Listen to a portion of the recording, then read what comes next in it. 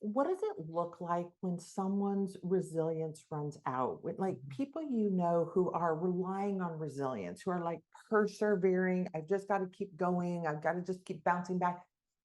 What does it look like? What do you see in them? Like, what do you see in their eyes? What do you see in their Mhm. behavior? Like, So I have three clues that I've distilled this into that you might be nearing your resilience ceiling.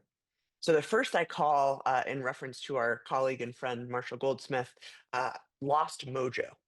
And basically, what that is you just don't have the will anymore to keep all the plates spinning. Like you're not powering through challenges, you're just kind of like so done with them. The second is that little things can feel big. So, one example I tell in the book is a CEO I was coaching who was navigating his organization through a really big transformation. And he said, he kept saying, I'm fine, it's fine. And he called me one day and he said, Tasha, there was a minor problem in my team meeting today. And I just randomly started yelling at them. And he goes, so I guess I'm not fine. Right? I guess I'm not fine. You're fine until the second you aren't. But usually it's those little things that we react to more, and once we can notice that, that's a really good clue. And then the last clue, which I think is the most important, is our top coping tools start to fail. They start to feel like piling on instead of providing relief. So, for me, those tools were gratitude. They were, trying to move my body. They were, sleeping. They were like meditating, right? And all of those resilience tools, when your resilience runs out, when you practice those practices, sometimes it can be more depleting. And so I think if anybody, I'm curious in the chat if anybody is resonates with any of those three, and maybe how close you might be to your resilience ceiling. But that's what we sort of found as the main Mhm. clues.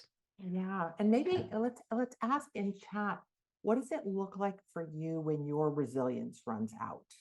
It might be one of those three, it might be something else, Mhm. but like, how do you know?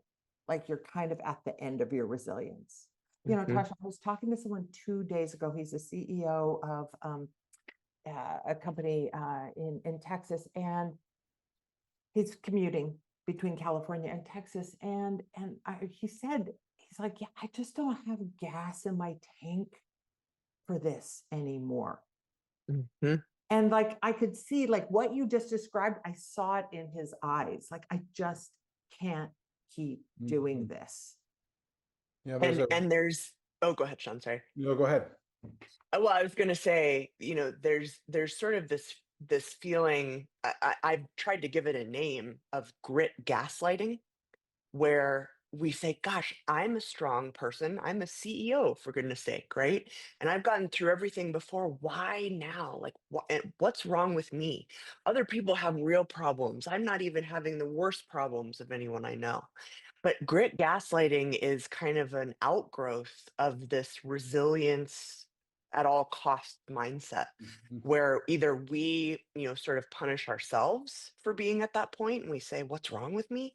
Or sometimes we can inadvertently sort of give other people grit gaslighting. I remember somebody that I was talking to during my resilience running out, and he said, gosh, you're such a strong person. I'm surprised you're struggling with this.